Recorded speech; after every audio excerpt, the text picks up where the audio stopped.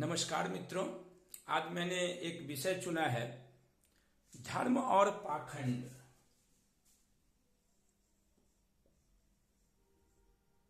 धर्म और पाखंड।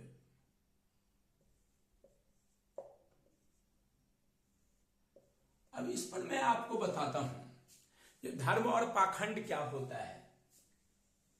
आज के इस वैज्ञानिक युग में धर्म को किस प्रकार से लोग पाखंड के तौर पर तो प्राचीन काल से यूज करते आ रहे थे।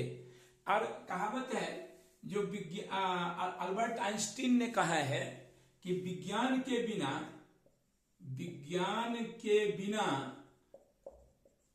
बिना धर्म अंधा है। इसका अर्थ समझिए, विज्ञान के बिना धर्म अंधा है। इसका मतलब है जो हमारे दैनिक जीवन में बहुत सारी ऐसी क्रियाएं होती है जिन क्रियाओं में धर्म का कोई स्थान नहीं होता है। विज्ञान के माध्यम से हम अपने दैनिक जीवन की क्रियाओं को चलाते हैं। आजकल के वर्तमान समय में, या वर्तमान क्या, प्राचीन काल से आपको बहुत इंटरेस्टिंग कहानी सब आपको दिखने को मिलता होगा कि ये धर्मगुरु आपको कहीं कहीं पर, हर एक जगह पर प्रचार में, बस में, ट्रेन में एक छोटी सी पर्ची पर लिखा हुआ आता है कि ये आपको क्या कराया, प्रेम वशीकरण, इसके बाद आपको आपके ऊपर में कोई जादू टोना कर दिया है, इन सब का छुटकारा हम दिलाते हैं और लोग उनके वशीभूत हो जाते हैं। वो सिर्फ वही नहीं, आजकल के हाईटेक के जमाने में जो बड़े बड़े धर्मगुरु, धर्माचार्य लोग हैं, वे लोग भी अपनी माध्यम से टीवी के माध्यम, मोबाइल के माध्यम से, यूट्यूब पर अनेक प्रकार से पॉडकास्ट करके और अपनी बातों को ज्यादा से ज्यादा लोगों में पहुंचाते हैं और हाथ हस्त रेखा देख करके, और उनको कहते हैं जो मैं ही सर्वोपरि हूं। आपने और कहते हैं कि मुझे धन से कोई लालच नहीं है, लेकिन उनका मुख्य उद्देश्य होता है कि उनकी टीवी पर या यूट्यूब पर, इसके बाद फेसबुक पर, या जितने भी सोशल मीडिया चैनल है, उस चैनल पर उनका वीडियो चले और उनकी बातें ज्यादा से लाइक और सब्सक्राइब हो और उन्हें धन की प्राप्ति हो। इसलिए आपने देखा होगा कि कभी कभी वो ऐसी ऐसी बातें बोलते हैं जो 5 पीपल का पत्ता ले लो और ये कर दो तो आपकी सारी मनोकामना पूर्ण हो जाएगी, ये जल चढ़ा दो तो मनोकामना पूर्ण हो जाएगी। इसका अर्थ है कि भगवान, उन लोगों ने भगवान को व्यापारी बना दिया है, और उनका कहने का मतलब यह है जो अगर आप व्यापारी की तरह उन्हें अगर कोई धन मतलब चढ़ावा चढ़ाओगे तब वे आपको कुछ देंगे। अगर ऐसी बात है नहीं, क्योंकि कुल मिलाकर भगवान अगर होते हैं तो भगवान समदर्शी होते हैं और वे उनको कुछ कोई चढ़ावा दे या ना दे, वे सबों के साथ एक जैसा ही व्यवहार करते हैं। इसकी एक कहानी मुझे याद आया। मेरे गांव में एक भगत होते थे। वो भगत, बड़ी इंटरेस्टिंग कहानी है, जरा आप सुनने का प्रयास करेंगे कि हमारे गांव में एक भगत थे। वो भगत सारे मर्ज की, सारे रोगों की एक ही दवाई थी, उनकी भगत थे। वे बीमारी हो, कोई परीक्षा में असफल हो गया हो, किसी को नौकरी नहीं लग रहा हो, किसी का कोई सामान खो गया हो, इन सब की इलाज वे करते थे। भगत जी इलाज करते थे। बड़ी इंटरेस्टिंग कहानी। उनके पास वे करते क्या थे, तो एक निश्चित समय पर अपने घर के पास, अपने घर के आंगने में, बरामदे पर, मतलब जो फील्ड जो होता था, मैदान, उसमें बैठते थे और भस्म लगा करके बैठते थे और उनके बाद ध्यान करते थे। और सब लोग, जितने लोग जिनकी जो समस्याएं थी, उन समस्याओं को ले जा करके सुपारी रख देते थे और वो सुपारी, एक एक सुपारी उठाते थे, वो सलामी के तौर पर रखते थे। वो एक एक सुपारी उठाते थे और बुलाते थे, कहते हाँ किसका सुपारी है।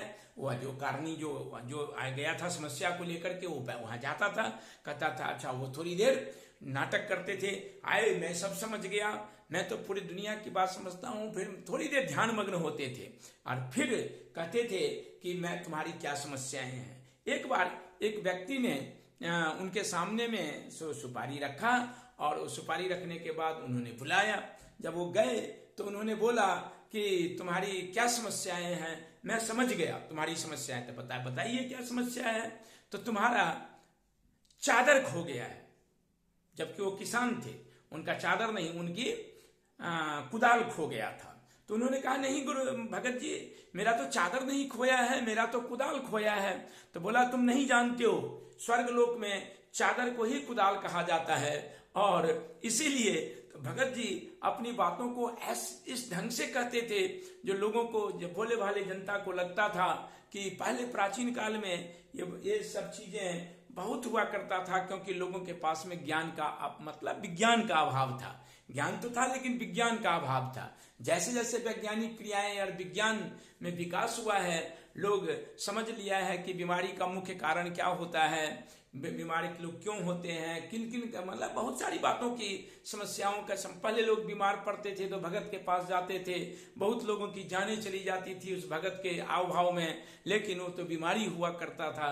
तो कुल मिलाकर के आज कहने का अर्थ यह है कि आजकल हमारे भगत लोग अब इसमें बहुत सारे नाजायज फायदा भी उठाते थे, बहुत लोगों का शोषण भी करते थे, शारीरिक शोषण भी करते थे, और अनेक प्रकार जिसका परिणाम आप देखते ही होंगे। जो अनेक बाबा लोग आज के समय में जेल में बंद हैं, जिनके ऊपर में अनेक प्रकार की शारीरिक शोषण बलात्कार के आरोप है। अभी अभी हाल फिलहाल में समाचार में देखा कि मुंबई में एक बाबा, मुंबई के महाराष्ट्र में एक बाबा हुए थे जिनका नाम खरात साइड है उनको वो हाई प्रोफाइल बाबा थे। उन बाबा ने बड़े बड़े हाई प्रोफाइल लोगों का, उनकी पत्नियों का शोषण किया और उनकी बातें खुल करके आ रही हैं। तब कहने का अर्थ यह है कि ये धर्म को अगर विज्ञान से ज्यादा जोड़ दिया जाए तो अगर विज्ञान के बिना धर्म अंधा है, अर्थात हम अपने जीवन में वैज्ञानिक धर्म एक आस्था है, लेकिन विज्ञान जो होता है वह वास्तविक और पारंपरिक होता है, जिनको हमें मानना अति आवश्यक होता है। और उन्हीं वैज्ञानिक कसौटी पर कस करके हमें किसी भी समस्या का समाधान करना चाहिए, ना कि धर्मांध हो जाना चाहिए। इसी के साथ मैं आपको बताऊं कि मेरा ये विचार था। हो सकता है इसमें कोई त्रुटि रह गई हो तो उसे माफ कीजिएगा और क्षमा चाहता हूं। और मैं आशा करता हूं कि मेरे चैनल को आप लोग सब्सक्राइब करेंगे, लाइक करेंगे, और मेरा भी इसमें लाभ है। मेरा भी, मैं ये नहीं कर रहा हूं जो मुझे लाभ नहीं है, क्योंकि मैं चाहता हूं कि मेरा भी चैनल चले।